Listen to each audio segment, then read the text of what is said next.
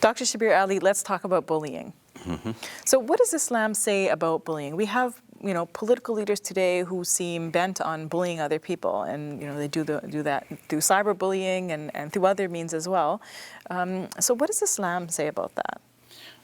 The term bullying, I don't recall that it's mentioned specifically in the Quran or in the Muslim traditions, but oppression is definitely mentioned, and oppression basically is the idea of one person in power, beating up on somebody else, using that power to deny the rights of other people, and to demean and belittle others. And all of this is shunned in the Islamic tradition, in the Quran itself. In the 11th chapter, in the 49th chapter, we find mentioned that God is prohibiting you from looking down on other people. La yaskhar qawmun min qawm. Let not people look down on other people, because the people you look down upon may actually be better than you.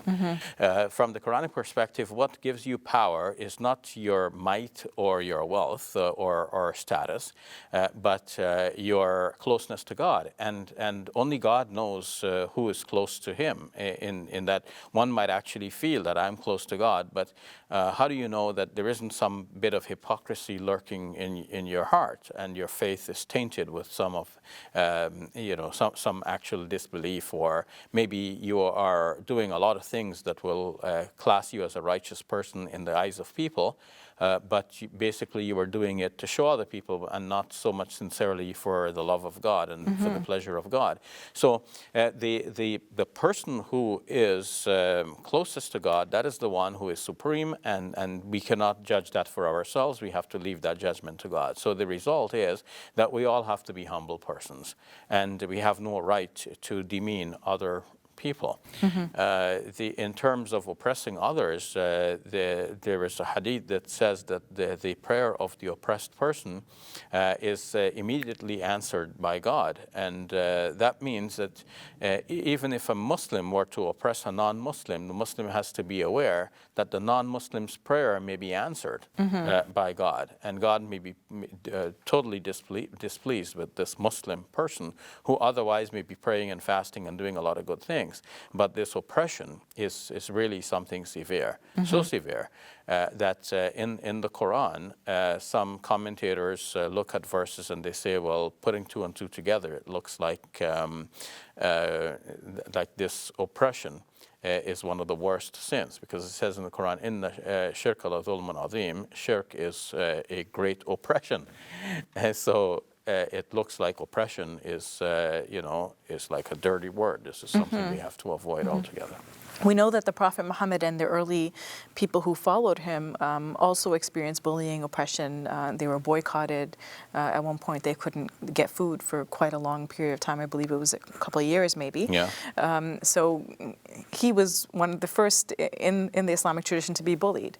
Exactly. When he started preaching his message, it was in a hostile environment, hostile to that message, though people recognized him as a noble person and a righteous and a pure and an honest and trustworthy individual. Nonetheless, his message was not palatable to them. They could not understand. How are we going to give up all of these gods and worship only one? And then you talk about the life hereafter.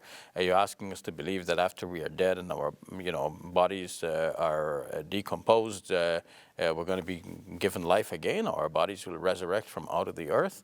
They could not believe all of these things. And also they found it difficult, especially the aristocrats, they found it difficult to think that God could have a claim on their wealth. They didn't want a religion that's going to tell them that their wealth is not theirs for keeps, but they have to distribute their wealth among the poor and needy. They have to give charity, especially the Muslim zakat. So for all of these reasons, they opposed Islam. They didn't want to welcome people of what they considered to be a lower status to be a part of their society, along with in their own social circles.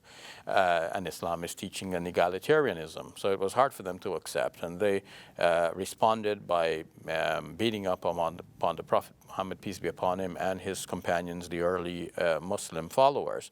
And Muslims had to stay strong and keep their faith in the face of this bullying. Commentators who are studying bullying today say that it's what bystanders do that makes a difference. So sometimes bystanders will often, you can think of a school setting, somebody's bullying another person. Bystanders will join in and participate in the bullying or laugh or something like that, or they'll just watch, right? So does Islam say anything about what our responsibility as bystanders would be in that situation?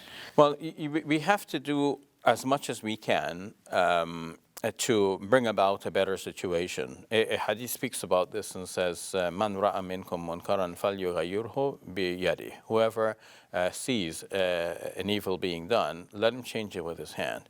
فَإِن لَمْ يَسْتَطِعْ فَبِلِسَانِهِ. And if he's not able, then with his tongue. At least we should say something.